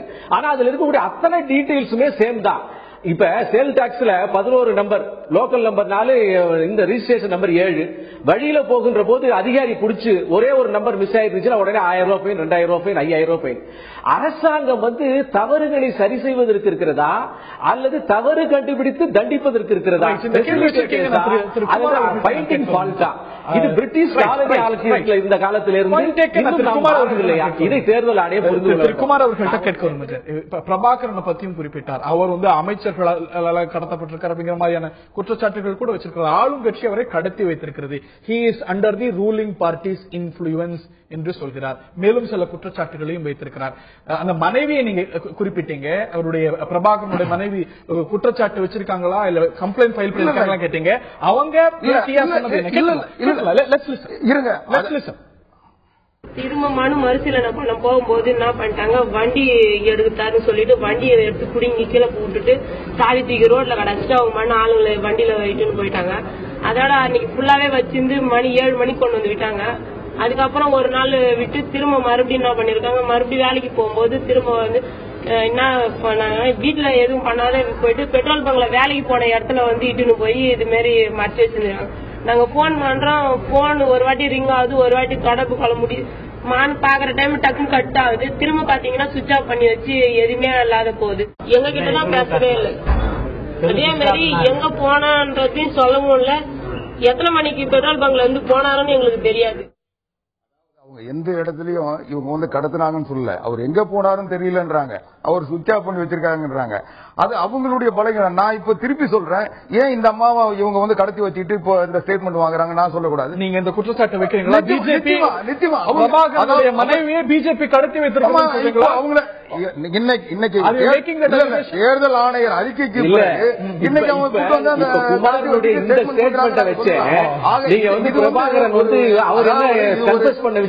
ஆரோக்கியமற்ற ஒரு குற்றச்சாட்டு தானே தவிர, இப்ப நான் சொன்னா ஆரோக்கியமற்ற குற்றச்சாட்டு. அவங்க எப்படி சொல்ற குற்றச்சாட்டு சரியில்லைன்னு நான் சொல்றேன்னா அதே மாதிரி நான் சொன்னாலும் அது சரியில்லாத குற்றச்சாட்டு. ஆக நான் இன்னைக்கு இதுக்கெல்லாம் அடிப்படை காரணம் என்னன்னா, இன்னைக்கு மரியாதைக்குரிய எஸ்.ஆர். சேகர் சொன்னாரு, அனைத்து இந்திய அண்ணா திராவிட முன்னேற்ற கழகம் 44% மேல் வாக்குகளை வைத்திருக்கின்ற அதிமுக ஏன் 18 வாக்குகள் வைத்திருக்கின்ற பாரதிய ஜனதா கட்சியை பார்த்து பயப்படுகிறது. 18% வாக்குகள் பாரதிய ஜனதா கட்சிக்கு இருந்தா இந்த பிரச்சனை வர்றதுக்கு வாய்ப்பு குறைவா இருக்கும். ஆனா வெறும் 5.1% வாக்குகள் இருக்கு. 5.5% வாக்கு 5.56 கூட வச்சுங்க, 5.6% வாக்கு இருக்கு. இதனுடைய விளைவு என்ன? உள்ளாட்சி தேர்தல் அடிப்படையில் நான் சொல்றேங்க. அதாவது இன்னைக்கு என்னன்னா, அவர்களுக்கு வந்து ஆட்கள் இல்லை. இன்னைக்கு ஆவடியில ஒரு சம்பவம் நடந்தது. ஆவடியில ஒருத்தர் வேட்பாளர் ஒரு வார்டுக்கு நிறுத்தி வச்சிருந்தாங்க. அந்த வேட்பாளர் திரும்ப பெற்றுக் கொண்டார். அதுக்கப்புறம் அவரை வந்து கார்டு கேட்டா அவர் காங்கிரஸ் கட்சியினுடைய கார்டு கொண்டு வர்றாரு. அவர் வந்து காங்கிரஸ் கட்சியினுடைய உறுப்பினர். அவரை கொண்டு வந்து இவங்க வேட்பாளர் அறிவிக்கிறாங்க. இவங்களுக்கு ஆள் இல்லாதனால இவங்க தமிழ்நாடு முழுக்க ஆளை நிறுத்தணும்ன்றதுனால ஆரோக்கியமானதுதானா அப்படின்னு நேர்கள்ட்டே விட்டுருவோம். குற்றச்சாட்டு அதற்கு பரஸ்பரம் நான் குற்றச்சாட்டு வைக்கலாமா, இவரை கடத்தி இருக்கிறார் அப்படின்னு பாஜக குற்றச்சாட்டு வைக்க, இவருடைய மனைவியை இவர்கள் கடத்தி வைத்திருக்கிறார்கள் நான் குற்றச்சாட்டு வைக்கலாமா? இந்த கேள்வி எதிர்கேள்விகள் எல்லாம் ஆரோக்கியமானது தானா அப்படிங்கிற ஒரு கேள்வி தான் நம் முன் எழுந்திருக்கிறது.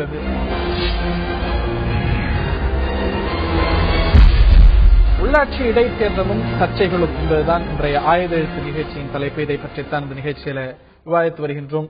ஆளும் கட்சி மீது தேர்தல் ஆணையத்தின் மீது எதிர்க்கட்சிகள் புகார் தெரிவிக்க, இந்த புகார்கள் இந்த குற்றச்சாட்டுகள் நியாயமானதுதானா, நடுநிலையோடு நியாயத்தோடு தான் நடக்கிறதா தேர்தல் இடைத்தேர்தல் என்பதுதான் இன்றைய விவாதத்தின் பிரதான கேள்வி. நான் திரு கார்த்திகை செல்வனவர்கள்ட்ட கேட்க விரும்புகிறேன்.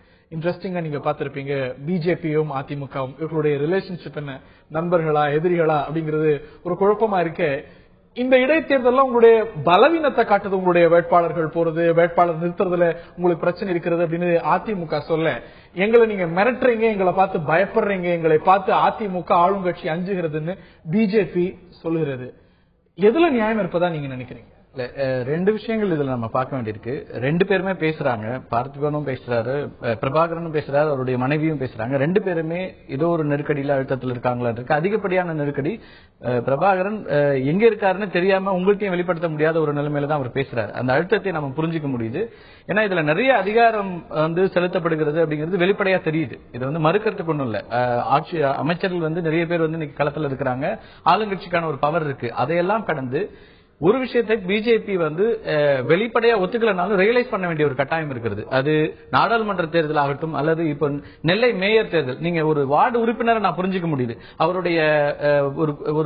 அவருடைய வாழ்க்கை நிலை எந்த அளவுல இருக்கும், அவருடைய பொசிஷன் எந்த அளவுக்கு இருக்கும், அவரை ஈஸியா இன்ஃபுளுன்ஸ் பண்ண முடியும்னு எடுத்துக்கலாம். ஆனால் திருநெல்வேலி மாதிரி ஒரு மாநகராட்சி மேயருக்கான ஒரு தேர்தலுக்கு வேட்பாளர் வித்ட்ரா பண்றாங்க அப்படின்னா, நீங்க வந்து ஒரு சாதாரணமா ஒரு சிறிய கட்சியிலயோ அல்லது புதிதாக துவங்கப்பட்ட கட்சியிலயோ அப்படி ஒரு நிலை எடுத்தா நம்ம அதை புரிஞ்சுக்க முடியும். பிஜேபி மாதிரி ஒரு ஐடியாலஜிக்கலா இயங்கிட்டு இருக்கிற ஒரு கட்சியில, அந்த கட்சி அதுவும் மத்தியில அதிகாரத்தில் இருக்கிற ஒரு கட்சிக்கு இப்படி ஒரு வேட்பாளர் தானாக முன் வந்து வித்ட்ரா பண்றாங்க. அதிகாரம் நிச்சயமா அரசியல்ல இந்த தேர்தலை பொறுத்த வரைக்கும் அழுத்தம் இருக்கிறது, அதிகாரம் செலுத்தப்படுகிறது, எல்லா விதமான இருந்தாலும் கூட வித்ட்ரா பண்ணிருக்க கூடாது. நீங்க திமுகவிலேயோ அதிமுகவிலேயோ அல்லது மார்க்சிஸ்ட்லயோ இதை பார்க்கவே முடியாது. இந்த மாதிரியான ஒரு சூழல மார்க்சிஸ்ட் கட்சியும் இன்னைக்கு களத்தில் இருக்கிறாங்க. மார்க்சிஸ்டோட எந்த வேட்பாளரும் அந்த மாதிரி போயிடல. அப்ப இதை ரியலைஸ் பண்ண வேண்டிய ஒரு கட்டாயமும் பிஜேபிக்கு இருக்கு. அமைப்பு வலுவா இல்லைன்னு புரிஞ்சுக்கலாமா? ராங் சாய்ஸ் ஆஃப் கேண்டிடேட்ஸ் அப்படின்னு புரிஞ்சுக்கலாம். வலுவாக இருக்கிறதாங்கிறது கேள்வி இருக்கு. ஐடியாலஜிக்கலா ஒரு ஆழமான ஒரு கட்சியாக அது வேரூன்றி இருக்கா அப்படிங்கிற ஒரு கேள்வி எழுப்புது. இது நீங்க இன்னைக்கு மத்தியில, ஏன்னா 2016 தேர்தலுக்கு, சட்டமன்ற தேர்தலுக்கு அவங்க ஒரு பெரிய ஒரு திட்டமிடலோட இருக்கிறாங்க. ஒரு முக்கியமான இந்த தேர்தலையும் கூட அவங்க பார்க்கிறது அதிமுகவுக்கு எதிரான ஒரு வலுவான ஒரு எதிர்கட்சி கூட்டணியாக நம்ம இந்த தேர்தலை சந்திக்கிறோம். ஒரு மேயர் அளவுல கூட அவங்களுடைய அமைப்புல இருக்கக்கூடிய பலவீனத்தை காட்டுறதா புரிஞ்சுக்கலாம். அப்படிதான் அதை பார்க்க வேண்டியிருக்கு. ஏன்னா அவங்க நீங்க பாராளுமன்ற தேர்தலையும் இது நடந்தது, நீலகிரிஸ்ல நடந்ததுமே கூட அவங்க 1000 அதுக்கு காரணங்கள் சொன்னாலும் ஒரு முக்கியமான ஒரு எம்பி வேட்பாளர் வித்ரா பண்ற அது ஃபைல் பண்ண முடியாத ஒரு சூழலோ அல்லது இன்னைக்கு தொடர்ச்சியா நடந்துட்டு இருக்கிறதையும் ஆளுங்கட்சியினுடைய அழுத்தம் நிச்சயமா இருக்குன்னு சொல்ல முடியும். ஏன்னா எல்லா அமைச்சர்களும் இருக்கிறாங்க. அமைச்சர்களுக்கு மேல இருந்து ஒரு அதிகாரம் திட்டமிடல் இந்த விஷயத்தை சொல்லிடுறேன். மேல இருந்து எந்த ஒரு இது இல்லைன்னா கூட கீழ் அளவுல மாவட்ட செயலாளர்களுக்கோ அல்ல அமைச்சர்களுக்கோ ஒரு அழுத்தம் இருக்கும். இந்த இடத்துல நம்ம இவங்களை ஜெயிக்க வேண்டிய ஒரு கட்டாயம் இருக்கும். அதுக்கான ஒரு அழுத்தம் கூட கொடுக்கறதுக்காக இருக்கும். ஆனால் அதை கடந்து நிக்க வேண்டியதும் அவசியம் அப்படிங்கிறது இருக்கு. இந்த 2 பேருடைய பேட்டிகளை பார்க்கும்போது இந்த தேர்தல் நடைமுறை மேல மக்களுக்கு நிச்சயமா ஒரு நம்பிக்கை இழப்பத்தான் உண்டாக்கும். அது அந்த நம்பிக்கையை உருவாக்க வேண்டியது ஆளுங்கட்சியும் தேர்தல் ஆணையமும் அப்படிங்கிறது எல்லாருக்கும் சம பங்கு இருக்கிறது. இந்த நிலையத்தில் பாலபாரதி அவர்கள்ட்ட கேட்கறதுக்கு முன்னாடி சேகத்தை மட்டும் ஒரு சுருக்கமா கேள்வியை கேட்க நேரம் ரொம்ப குறைவா இருக்கு. திரு சேகர், நீங்க ஒரு ஐடியாலஜிக்கலா கொள்கை சார்ந்த ஒரு அமைப்பு அப்படின்னு ரொம்ப பெருமையா பிரகடனப்படுத்திருக்கீங்க. ஆனா ஒரு மேயர் வேட்பாளர் கடைசி நேரத்துல உங்களுடைய கட்டுப்பாட்டுல இல்லன்னு நீங்களே சொல்லி ஒரு பின்வாங்கக்கூடிய அளவுல இருக்கு அப்படின்னா உங்களோட அமைப்பு ரீதியா பலவீனமா இருக்கா, இல்ல கொள்கை பிடிப்பில்லாத ஆட்களை நீங்க நிறுத்திருக்கீங்களா? திரு எஸ்.ஆர். சேகர் எவ்வளவு உங்களுக்கு பிரஷர் கொடுத்தாலும் நீங்க பின்வாங்குவீங்களா? had you been chosen the candidate? அது மட்டும் இல்லாது திருநெல்வேலியில ஆளுங்கட்சி இன்ஃபுளுன்ஸ் நினைக்குது அப்படின்னா கோயம்புத்தூர்ல பாஜக சற்று வலுவா இருக்கக்கூடியதா நினைக்கக்கூடிய ஒரு தொகுதி. சமீபத்தில் நடந்த நாடாளுமன்ற தேர்தலில் கூட செகண்ட் வந்தீங்க. இந்த நிலையில கோயம்புத்தூர்ல நடக்கல அப்படிங்கும் பொழுது பல சந்தேகங்களை எழுப்புது இல்லையா? கோயம்புத்தூர் கேண்டிடேட்டை யாராவது செய்யல, அவர் கண்டெஸ்ட் பண்றாரு, நெல்லையில வித்ரா பண்றாங்க அப்படின்னா உங்கள்கிட்ட இருக்கக்கூடிய பலவீனத்தையும் அமைப்பு ரீதியா இருக்கக்கூடிய பலவீனத்தையும் இந்த எபிசோட் காட்டலையா? தூத்துக்குடியில லேடி கேண்டிடேட். அதாவது உங்க கேள்வியை நான் மறுபடியும் மாத்தி கேட்கிறேன். உங்களுக்கு ஐடியாலஜிக்கலா கமிட்மெண்ட்ல ஐடியாலஜிக்கலா நீங்க பலமாக இல்லையா அப்படிங்கறத விட ஐடியாலஜிக்கலா எவ்வளவு பலமாக இருப்பதையும் வீழ்த்தக்கூடிய மிகப்பெரிய அரசியல் சக்தியை, அரசாங்கத்தினுடைய சக்தியை அதிமுக பயன்படுத்துகிறது அப்படின்னு எடுத்துக்கலாம். எஸ்.ஆர். சேகர் வேட்பாளராக இருந்தால் வச்சுக்கிறாரு.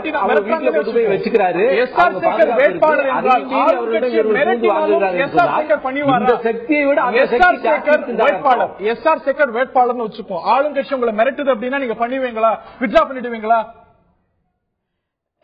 அதாவது இது ஹைபோதெட்டிக்கல் கொஸ்டின். பிஜேபியில் இருக்கக்கூடிய எல்லாருமே மிக தெளிவான கொள்கை உடையவர்கள் தான். ஆனாலும் கூட சந்தர்ப்ப சூழ்நிலையில சின்ன உதாரணம் சொல்றேன். தேனியில 16வது வார்டுல இப்ப கேண்டிடேட் ரிஜெக்ஷன் செய்யப்பட்டிருக்கிறது. அந்த கேண்டிடேட்டுக்கு அந்த தேனி நகராட்சியில அவருடைய நகராட்சியில ஒரு கடை இருக்கிறது. கடையை காட்டி மிரட்டுகிறார்கள், நான் அதை தூக்கிடுவேங்கிறாங்க. அதே மாதிரி ஒவ்வொருத்தருக்கும் அது சம்பந்தப்பட்ட விஷயத்தை காட்டி மிரட்டுகிறார்கள். அவனுடைய லைவ்லிஹுட், அவனுடைய ஜீவன், அவன் அதோட முடிஞ்சு போயிருவான். எனவே பாலபாரதி அவர்கள்ட்ட கடைசி கேள்வியை நான் கேட்க இருக்கின்றேன். நேரம் ரூபாய் குறைவா மன்னிக்கணும். பாலபாரதி அவர்கள்ட்ட கேட்க வருகின்றேன். பிஜேபி ஐடியாலஜிக்கலா கொள்கை ரீதியா உங்களுக்கு எதிர்கட்சி, ஆனா இந்த தேர்தலில் நாங்கள் மிரட்டப்படுகின்றோம், எங்களுடைய வேட்பாளர் கடத்தப்பட்டிருக்கிறார், மிரட்டப்பட்டிருக்கிறார் உள்ளிட்ட பல குற்றச்சாட்டுகளை ஆளும் கட்சி மீது வைக்கிறது, அதிமுக மீது வைக்கிறது. Do you sympathize with them? அதாவது மார்க்சிய கம்யூனிஸ்ட் கட்சி, இடதுசாரிகள், ஆளும் அரசு இந்த தேர்தலில் அவங்களுடைய நடைமுறை அணுகுமுறை, அதுல விதிமுறை மீறல் நாங்க வைக்கிறது வேற. பாஜகவுக்கு ஒரு அரசியல் நோக்கம் இருக்கு. அவங்களுக்கு வரக்கூடிய காலத்தில், எதிர்காலத்தில் தமிழகத்தை பாரதிய ஜனதா கட்சியினுடைய அரசியலை பரப்புவது அவங்களுடைய நோக்கமா இருக்கு. ஏதோ திருநெல்வேலி வேட்பாளர் வேட்புமனுவை வாபஸ் வாங்கிடுவாங்களா? இல்லை இல்லை. பாரதிய ஜனதா கட்சியினுடைய வகுப்புவாத அரசியல் என்பது வேற. போன வருஷம் பிள்ளையார் சதுர்த்தி விழாவை கொண்டாடினதுக்கும் இந்த வருஷம் கொண்டாடுவதற்கு வித்தியாசம் இருக்கா இல்லையா? தண்ணியே இல்லாத குளத்துல கூட கொண்டு போய் பிள்ளையார கரைக்கிறாங்க. ஆகவே ஒரு மத்திய ஆட்சியை பயன்படுத்தி இப்ப இருக்கக்கூடிய கட்சி மத உரிமையா மனித உரிமையாக இருப்ப 84ல ஷாபானு கேஸ்ல வந்து மத உரிமையை ஆதரிச்சு மனித உரிமையை ஆதரிக்கலையே. மதவாத கட்சி வந்து இடதுசாரிகள் இல்லைன்னு சொல்லி முடியுமா? திருநெல்வேலியில வேட்புமனு திருநெல்வேலியில் பாஜகவினுடைய வேட்பாளர் வேட்புமனு வாபஸ் வாங்குவதில் பாரதிய ஜனதா கட்சிக்கும் உள்ளரசியல் இருக்கும் என்பது என்னுடைய தனிப்பட்ட சந்தேகம். அதை நிவர்த்தி செய்யறது அவங்களுடைய கடமையில். எவ்வளவு பெரிய கட்சி மத்திய ஆட்சியில் இருக்காங்க. ஒரு மாநகராட்சிக்கு வேட்புமனு தாக்கல் பண்ணிட்டு வாபஸ் வாங்கிடுவாங்களா? பாரதிய ஜனதா கட்சி விட்டுருமா? அதிமுகவை காட்டில பாஜக போட்டு மிரட்டிடாதா? ஆகவே இந்த வேட்புமனு வாபஸ் வாங்கப்பட்டதில் வேட்பாளர் விலை போய் இருக்கிறார் என்பது ஒரு பகிரங்கமான குற்றச்சாட்டு. பல தரப்பு ஒரு தரப்பு மீது இன்னொரு தரப்பு குற்றச்சாட்டுகளை வைத்திருக்கிறது. பல குற்றச்சாட்டுகளை இந்த உள்ளாட்சி தேர்தலில் பார்த்திருக்கின்றோம். நேர்கள்ட்டையும் கேட்டிருக்கோம். உள்ளாட்சி தேர்தலில் தேர்தல் ஆணைய செயல்பாடு இது பற்றி நேர்களுடைய பார்வை என்ன பார்க்கலாம்.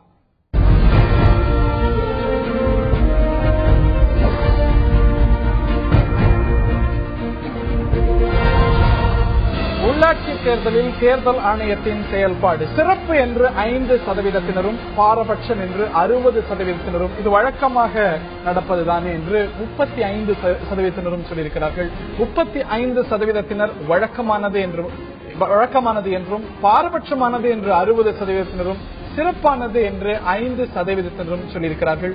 இந்த சர்ச்சை உள்ளாட்சி தேர்தல் உள்ளாட்சி இடைத்தேர்தல்கள் மையப்படுத்திய சர்ச்சை புதிதல்ல. எப்பொழுதெல்லாம் உள்ளாட்சி தேர்தல் தமிழ்நாட்டில் சமீப காலங்களில் நடந்திருக்கிறதோ குற்றச்சாட்டுகள், சர்ச்சைகள், வழக்குகள் அனைத்தும் நாம் பார்த்ததுதான். ஆனால் இப்பொழுது மக்களுடைய எதிர்பார்ப்பு என்னவென்றால் இந்த சர்ச்சைகள் எல்லாம் அல்லாது ஒரு குறைபாடுகள் எதுவும் அல்லாது நியாயமான முறையில் தேர்தல் நடக்க வேண்டும் என்பதுதான் எல்லாருடைய எதிர்பார்ப்பு.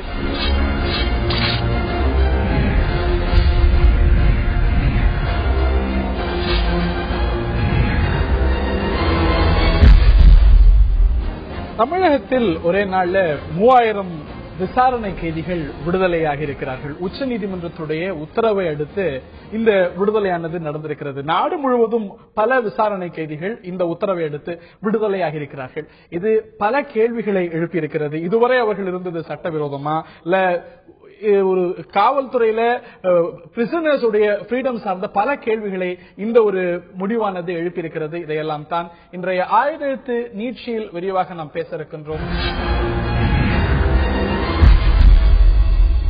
இந்த நிகழ்ச்சியில் நம்மிடையே பங்கேற்பவர்கள் கண்ணதாசன் வழக்கறிஞர், அதே போல காவல்துறை முன்னாள் துணை ஆணையர் திரு சித்தனன் அவர்களும் நம்மிடையே இணைகிறார். இருவரையும் இந்த நிகழ்ச்சிக்கு வரவேற்கின்றோம். தமிழ்நாட்டில் ஒரு 3000 பேர் விடுதலையாக இருக்கிறாங்க. நாடு முழுவதும் பல விசாரணை கைதிகள் விடுதலையா இருக்காங்க. சட்டத்துல ப்ரொவிஷன் இருந்தும் இவர்களை விடுவிக்கிறதுக்கான ப்ரொவிஷன் இருந்தும் அதைத்தான் நீதிமன்றமும் சுட்டிக்காட்டுகிறது.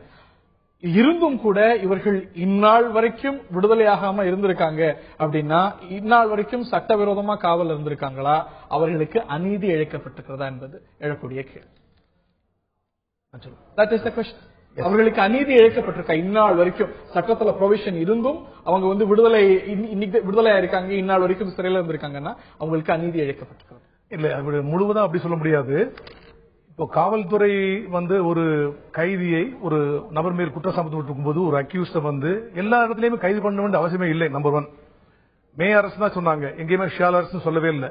சோ முழுமையாக அவங்க சாட்டிஸ்ஃபை பண்ணி ரீசனபிள் கிரவுண்ட்ஸ் இருந்தா மட்டும்தான் போலீஸ் அரெஸ்ட் பண்ணணும் அப்படின்னு இருக்குது. ஆனா பல்வேறு நிர்பந்தங்கள் காரணமாக அல்லது பொதுமக்களுடைய ஒரு சொசைட்டியுடைய நிர்பந்தம் காரணமாக காக்னிசபிள் கேஸ் வந்தாலே இமீடியட்டா அரெஸ்ட் அப்படிங்கிற ஒரு நிலைக்கு தள்ளப்படுவதாக நிறுத்திருக்கிறார்கள் காவல்துறையினர். Number 1. Number 2, Joginder Kumar versus state of யூபிங்கிற கேஸ்ல 1994லயே உச்சநீதிமன்றம் தெளிவா சொல்லிருக்குது, மிக மிக மோசமான கிரேவ் கேஸ்ல மட்டும்தான் அரெஸ்ட்ங்கிறது ஷால் இருக்கணும், மற்ற கேஸ்ல பூரா மே தான் இருக்கணும். நீங்க ஷால்னு அரெஸ்ட் பண்ணீங்கன்னா அதுக்கு வந்து ரொம்ப ஜுடிஷியஸா இருக்கணும், எல்லாத்துலயுமே இன்டிஸ்கிரிமினேட்டா அரெஸ்ட் பண்ணக்கூடாது அப்படிங்கிற 1994ல உச்சநீதிமன்றம் தெளிவா சொல்லிருக்குது. இப்ப 2014ல அர்னேஸ் வர்சஸ் ஸ்டேட் ஆஃப் பீகார்ங்கிற கேஸ்ல 7 வருடங்கள் வரை தண்டனை கொடுக்கக்கூடிய ஒரு குற்றத்தில் ஒரு குற்றவாளி சம்பந்தப்பட்டிருந்தார் அப்படின்னு சொன்னா உடனே போலீஸ் நீங்க அரெஸ்ட் பண்ணாதீங்க, செக்ஷன் 41 சிஆர்பிசி 41A சிஆர்பிசி ஒரு நோட்டீஸ் சர்வ் பண்ணிட்டு அதுக்கப்புறம் தான் நீங்க வந்து அரெஸ்ட் பண்ற அவரை வர சொல்லி பண்ணணும் அப்படின்னு சொல்லி சொல்லிருக்காங்க. இது எல்லாத்தையும் விட நாங்க அரெஸ்ட் பண்ணி ஒரு கேஸ்ல ஒரு ஆளை குற்ற சுமத்துற அக்யூசர் நாங்க கோர்ட்ல ரிமாண்ட் பண்ணோம்னா கோர்ட் உடனடியா மெக்கானிக்கலா ரிமாண்ட் பண்ணணும்னு சொல்லி எந்த சட்டம் சொல்லவே இல்லை. நாங்க எஃப்ஐஆர் கொடுத்தோம், ரிமாண்ட் கொடுக்கிறோம். கோர்ட்டுக்கு போன உடனே அந்த நீதிபதி அவர்கள், குற்றவியல் நடுவர் அவர்கள், இதுல பிரைமா ஃபேசி கேஸ் இருக்குது, அப்படி ரீசனபிள் கிரவுண்ட்ஸ் இருக்குது, அவங்க முழுமையாக திருப்தி அடைந்தால் மட்டுமே அவங்களை ரிமாண்ட் பண்ணணும் அப்படிங்கிறதுக்கு உச்சநீதிமன்றம் வரைக்கும் வழிகாட்டுதல் இருக்கு. மெக்கானிக்கலா பண்ணக்கூடாது, எந்திரத்தனமா பண்ணக்கூடாது அப்படின்னு சொல்லிருக்காங்க. அப்படி ரீசனபிள் கிரவுண்ட்ஸ் சொல்லி பண்ணி முடிச்சிட்டா கூட காவல்துறையினர் நாங்க ஒரு வழக்கை பெரிய கிரேவ் கேஸ், அதாவது டெத் சென்டென்ஸ், லைஃப் இம்ப்ரிசன்மென்ட், 10 வருஷத்துக்கு மேல தண்டனைக்கூடிய சிறை தண்டனை வழக்குகள்ல நாங்க 90 நாளைக்குள்ள நாங்க விசாரணை முடித்து கண்டிப்பாக நாங்க நீதிமன்றத்தில் குற்றப்பத்திரிகை தாக்கல் செய்யணும். மற்ற வழக்குகளை 60 நாட்களுக்குள்ள நாங்க நீதிமன்ற விசாரணை இதுல இப்படி பண்ண பிறகு கூட நீதிமன்றம் நாங்க 60 நாள் 90 நாளுக்குள்ள சார்ஜ் ஷீட் போடலைன்னா 167 சிஆர்பிசி பிரகாரம் நீதிமன்றம் உடனடியாக அந்த அக்யூஸ் நான் பெயில போறேன்னு சொன்னா ஓன் பெயில விடணும். நம்பர் 1. 2006 கிரிமினல் அமெண்ட்மெண்ட் ஆக்ட்ல செக்ஷன் 436A கொண்டுட்டாங்க. விசாரணை கைதிகள் அவருடைய வழக்கு விசாரணையில் நீதிமன்றத்தில் இருக்கும் பொழுது அவர் என்ன குற்றம் புரிந்தாரோ அந்த குற்றத்திற்கு அதிகபட்ச தண்டனை என்ன சொல்லிருக்காங்களோ அதுல பாதி அளவு வரைக்கும் ஜெயில இருந்துட்டார் அப்படின்னா உடனே நீதிமன்றம் தானாகவே அவருடைய ஓன் பெயில விடணும்னு சொல்லிருக்காங்க. இல்ல இருக்கு, அதையும் மீறித்தான் அவர்கள் இருக்காங்க. ஒரே நாள்ல விட ஏன் இந்நாள் வரைக்கும் இருக்கிறவங்க அப்படின்னா இதுல ஒரு விஷயம் என்னன்னு கேட்டீங்கன்னா, எல்லா ஊடகங்களிலும் பத்திரிகை உட்பட தவறான ஒரு புள்ளி விவரங்கள் எல்லாம் தவறாகவே வெளியிடப்பட்டிருக்கிறது நேற்று முதல். என்ன காரணம்? 3000 வழக்கெல்லாம் முடிவடையல, புள்ளி விவரங்கள் சரி கிடையாது. இன்னும் சொல்ல போனால் சிறையில 4 விதமான வகைப்பட சிறைவாசிகள் இருக்கிறாங்க. ஒன்று ரிமாண்ட் பிரிசனர்ஸ் என்று சொல்லக்கூடிய விசாரணை கைதிகள், மற்றொன்று அண்டர் ட்ரையல் என்று சொல்லக்கூடிய வழக்கு விசாரணை சிறைவாசிகள், மூன்றாவது தடுப்பு காவல் சிறைவாசிகள் குண்டாஸ், நான்காவது கான்விக்ட் என்று சொல்ல தண்டனை சிறைவாசிகள். இந்த 4 வகை சிறைவாசிகள்ல இந்த 436A என்ற சட்ட திருத்தம் 23/6/2006 என்று இயற்றப்பட்டது. இந்த 23/2006 என்ன சொல்றான்னு கேட்டீங்கன்னா, ஒரு சிறைவாசி தன்னுடைய அதிகபட்ச தண்டனையில் பாதி காலத்தை கழித்து விட்டார் என்றால் அவரை நீதிமன்றமே சொந்த ஜாமீனில் விடுதலை செய்யலாம் அல்லது வழக்கை விரைவாக முடிவிக்கலாம் சொல்றாங்க. 8 ஆண்டுகளாக இந்த சட்ட திருத்த உச்சநீதிமன்றம் என்ன செஞ்சது யாருக்குமே தெரியாது. இன்னும் சொல்ல போனால் நேற்று நடைபெற்ற பிரிசன் அதாலத்து தமிழ்நாட்டுக்கு புதிதல்ல. தமிழகத்தை பொறுத்தவரை 15/8/2000 முதன்முதலாக சென்னை மத்திய சிறைச்சாலையில் இந்த பிரிசன் அதாலத்து கொண்டு வரப்பட்டது. அது முதல் தமிழகத்தில் உள்ள அனைத்து மத்திய சிறைகளிலும் சிறைவாசிகளுக்கான அனைத்து சட்ட உதவிகளும் வழங்கப்பட்டுக் கொண்டிருக்கிறது. வடநாட்டுக்கு வேண்டுமானால் புதிதாக இருக்கலாம். இந்த நேற்று நடைபெற்ற அந்த பிரிசன் அதாலத்துக்கும் உச்சநீதிமன்றம் சொன்ன விடுதலைக்கு சம்பந்தமே கிடையாது. இயல்பா தொடர்ந்து நடக்கும். இது கிடையாது. 436 என்ன சொல்லுதுன்னு கேட்டீங்கன்னா, பாதி சிறை தண்டனை கழித்திருந்தால் மட்டும்தான் விடுதலை சொல்லுது. ஆனால் நேற்று நடந்தது அப்படி கிடையாது. இன்னும் சொல்ல போனால் இந்த மனுக்கள்லாம் 2 மாதங்களுக்கு முன்பே பெறப்பட்டது. யாரெல்லாம் வழக்கை ஒத்துக்கிறீங்கன்னு சொல்லி அந்த வழக்கை ஒத்து மனுக்கள் எல்லாம் பெறப்பட்டு மாவட்ட சட்டப்பணிகள் ஆணையம், அந்தந்த மாவட்ட சட்டப்பணி ஆணையம் ஒரு மாவட்டத்தில் இருக்கு. இப்பொழுது புழல் மத்திய சிறைச்சாலை எடுத்துக்கொண்டால் அதுக்கு 3 மாவட்டங்கள், அது ரெவன்யூ டிஸ்ட்ரிக்ட் வருது, சென்னை, காஞ்சிபுரம், திருவள்ளூர். இந்த 3 மாவட்ட நீதிபதிகள் எல்லாம் அவற்றை பெற்று எந்தெந்த நீதிமன்ற வழக்குகளை முடிக்க முடியுமோ அதெல்லாம் வச்சு வரவழைச்சு நேற்று அத்தனை நீதிபதிகளும் சிறையில் உட்கார்ந்து முடிச்சாங்க. பெறப்பட்ட மனுக்கள் 848. ஆனால் அவைகளில் அமர்வு நீதிமன்றத்தால் செஷன்ஸ் வழக்கெல்லாம் முடிக்க முடியாது. அதுல மேஜிஸ்ட்ரேட் என்ன 3 ஆண்டுகள் தண்டனைக்கூடிய வழக்குகள், அற்ப வழக்கு பெட்டி கேசஸ் மட்டும்தான் அதுல முடிக்க முடியும். இந்த வழக்குகள் தான் எடுத்துக்கொள்ளப்பட்டன. மற்ற வழக்குகள்லாம் ஒன்று அமர்வு நீதிமன்றம் சம்பந்தப்பட்டது, மற்றது இவையெல்லாம் ரிமாண்ட் சிறைவாசியில் இருக்கிறாங்க. ஏன்னு கேட்டா இந்த பிரிசன் அதாலத்தை பொறுத்த வரைக்கும் charge sheet final report file பண்ணா மட்டும்தான் வழக்கை எடுத்து விசாரிக்க முடியும். அது இல்லாம ரிமாண்ட். ஆக தமிழகத்தை பொறுத்தவரை 22,101 சிறைவாசிகள் அனைத்து வகையான சிறைச்சாலைகளும் வைக்கலாம். ஆனால் இப்பொழுதைய தொகை பார்த்தீங்கன்னா ஒரு 15,000 சொல்றதான். இவற்றில் 70% பேர் இந்த ரிமாண்ட் பிரிசன் என்று சொல்லக்கூடியவர்கள். இதை பற்றி உச்சநீதிமன்றம் பேசவே இல்லை.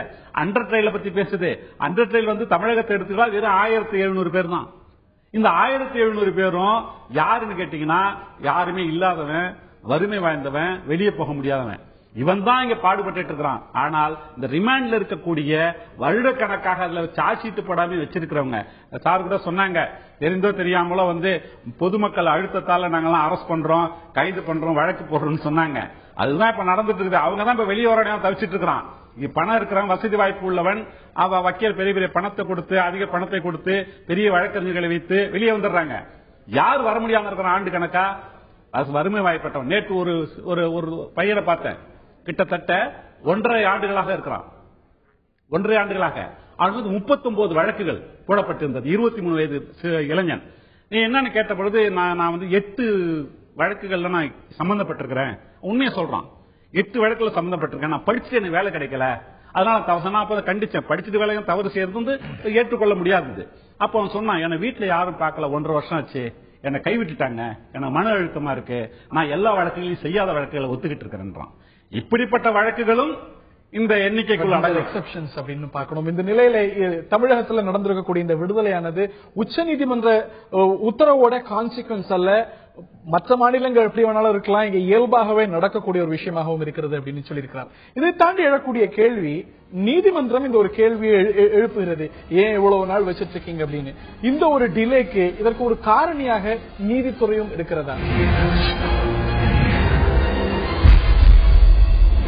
உச்சநீதிமன்றம் சமீபத்தில் ஒரு உத்தரவை பிறப்பித்தது. அதாவது அண்டர் ட்ரையல்ஸ், விசாரணை கைதிகளாக இருப்பவர்கள் அவர்களுடைய தண்டனையில பெற வாய்ப்பு இருக்கக்கூடிய தண்டனையில பாதி அளவுக்கு அனுபவித்தாலே சட்டங்கள் இருக்கிறது, அவர்களை விடுவிக்கிறதுக்கான ஒரு சூழல் இருக்கிறது, அதை செய்யணும் அப்படின்னு சொல்லியிருக்கிறது. நாடு முழுவதும் இந்த படலங்கள் நடந்து வருகின்றன. தமிழகத்துல கூட ஏறத்தாழ ஒரு 1000 கைதிகளுக்கு மேல விடுதலை செய்யப்பட்டிருக்கிறார்கள் அப்படிங்கிற ஒரு செய்தி இருக்கிறது.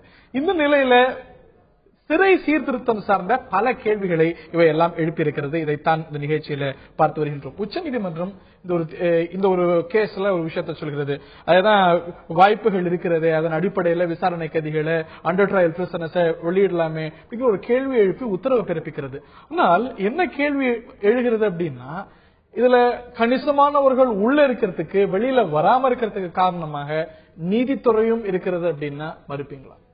அதை நிச்சயம் மறுக்கவே முடியாது.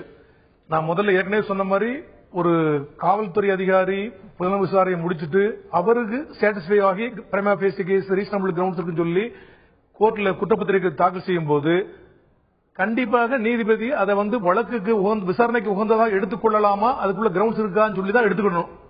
ரிமாண்ட் பண்ணும் போது அது மாதிரி ரிமாண்ட் பண்றதுக்கு போதிய மெட்டீரியல் ஆதாரங்கள் இருக்கிறதா என்று சாட்டிஸ்ஃபை பண்ண பிறகுதான் பண்ணணும். அவர் பண்ணிட்டாருன்னா இருக்குன்னு அர்த்தம். போலீஸ் மேல காவல்துறை தப்பு சொல்ல முடியாது. அப்புறம் அவரு நீங்க பாத்துருப்பீங்க, சாதாரண பாத்திருப்பீங்க, bail is rule and jail is exception அப்படிதான் சாதாரண சொல்லுவாங்க. இதுல அக்யூஸ் குற்றம் சுமத்தப்பட்டவருக்கு அதிகமாக உரிமை பாதிக்கப்படக்கூடாது நிறைய ஆன்சரோட சுப்ரீம் கோர்ட் ஹைகோர்ட் ஜட்ஜி கொடுத்திருக்காங்க. அப்படி வந்த பிறகு நான் சொன்ன மாதிரி அந்த 60 நாள் 90 நாட்கள், பெரிய கேஸ்ல 90 நாள், மற்ற கேஸ்ல 60 நாள் கண்டிப்பாக நாங்க கோர்ட்ல சார்ஜ் ஷீட் போயிடலாம். உடனே நீதிபதி அவன் பெயில் கேட்கணும் அவசியம் இல்லை. நீதிபதியே அவர் ஓன் பெயில் விடுறதுக்கு நீ பெயில் போறேன்னு கேட்டு பெயில் அவர் பர்மிஷ் பண்ணாருன்னா வித் ஆர் வித்வுட் ஷூரிட்டி உடனே ரிலீஸ் பண்ணிடலாம். அதையும் விட்டுட்டு நான் சொன்ன மாதிரி செக்ஷன் 436A அதிகபட்ச சட்ட தண்டனை எவ்வளவு கொடுக்க முடியுமோ அதுல பாதி காலம் முடிச்சிருந்தாருன்னா அது மரண தண்டனை விதிக்கக்கூடிய ஒரு தண்டனைய குற்றமாக இல்லைன்னா கண்டிப்பாக உடனே அவரே விடணும். இது போலீஸ் மற்றவங்க சொல்ல வேண்டிய அவசியமே இல்லை. நீதித்துறையில் தான் நிறைய சென்சேஷன் இந்த சம்பந்தமா அவங்க தான் இதுல அதிக நாளைக்கு இப்ப லாங்குவேஜ் பண்றாங்க ஜெயில அண்டர் ட்ரையல்ஸ் அப்படின்னா அது நீதித்துறையுடைய பங்கு தான் பெரும் பங்களிப்பு அதிகமாக. அப்படிங்கிற ஒரு விஷயம் நடைமுறையில இருக்கிறது. அதாவது இவங்க சொன்னாங்க, நண்பர் சொல்லும்போது சொன்னாங்க இந்த மாதிரி பெயில விடலான்னு. எந்த நீதிமன்றம் விடுறதில்ல. மேண்டேட்டரி ப்ரொவிஷன் இருந்து கூட அது என்ன அவங்க நினைக்கிறான்னு கேட்டீங்கன்னா, காவல்துறைக்கு அடுத்தபடியாக இந்த மேஜிஸ்ட்ரேட்லாம் ஒரு காவல் அதிகாரிகளா செயல்படுறாங்க. அதுதான் ஒரு பிரச்சனை. எல்லாரையும் குறிப்பில்ல, வெகு சிலர் இருக்கிறாங்க.